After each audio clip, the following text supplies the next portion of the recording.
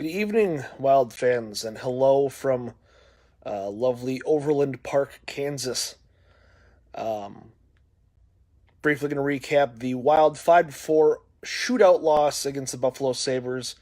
Um, might feel a little bit weird because, Wild fans and hockey fans in general are used to the Buffalo Sabres being awful, but this year they're not so bad. So, um, this isn't quite the gut punch it may have been in previous seasons. What was a gut punch was the Wild's defensive play tonight. As I tweeted in the third period, they're putting on a clinic, basically of what not to do on defense. They really had some egregious defensive breakdowns. I mean, really bad defensive breakdowns that led to at least three of the Sabres' four goals in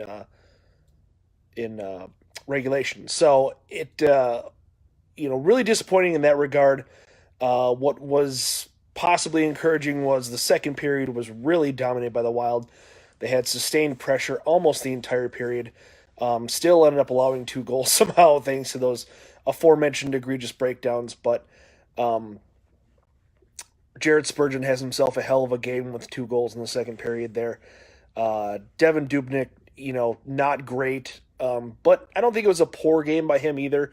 The goals that he allowed really, you kind of have to tip your cap to a few of them. And like I said, they were really, tough goals for him to stop because his defense really wasn't there for him.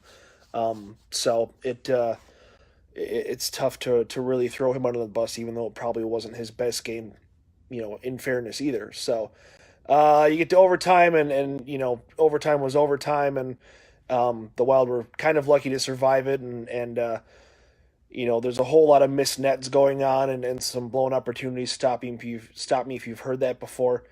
And I'll bring up the two words or the one word that I use in virtually every recap of a Wild loss.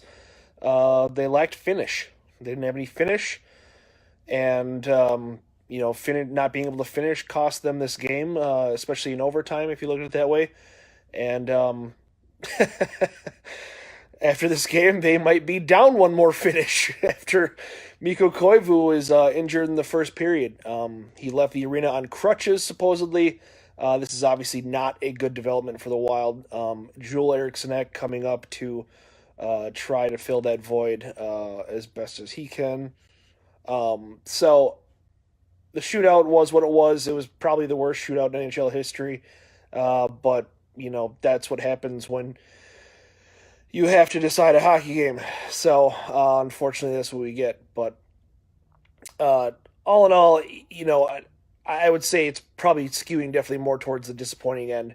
I wouldn't get too bent out of shape about it, but some of that defense was just pretty brutal, and Greg Pateryn especially had a pretty had a memorably awful game. So hopefully, there's some improvements on that. That's something that this team usually does a pretty decent job of shoring up, but they really didn't really weren't tight on defense tonight. And to his credit, switching gears slightly, Linus Ullmark played a hell of a game.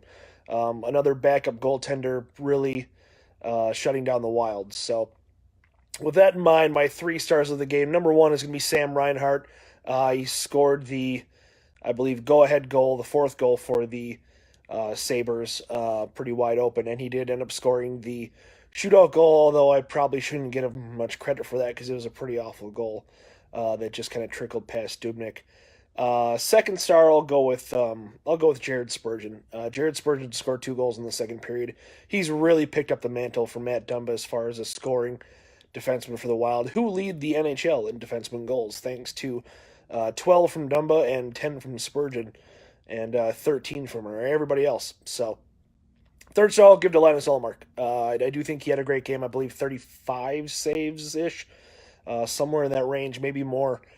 So good game on Linus Ullmark. Obviously, the Wild do this to back goaltenders all the time, so that's how it goes. But any hoozle, we will talk to you later. Thank you for downloading. Hopefully, you enjoyed our Super Bowl edition podcast this week. Sorry for the many distractions that we had in the room. There was drinking people around. So look forward to this week's show. Look forward to another preview and recap from Giles and myself for Thursday's game and Saturday's game. And we will talk to you later.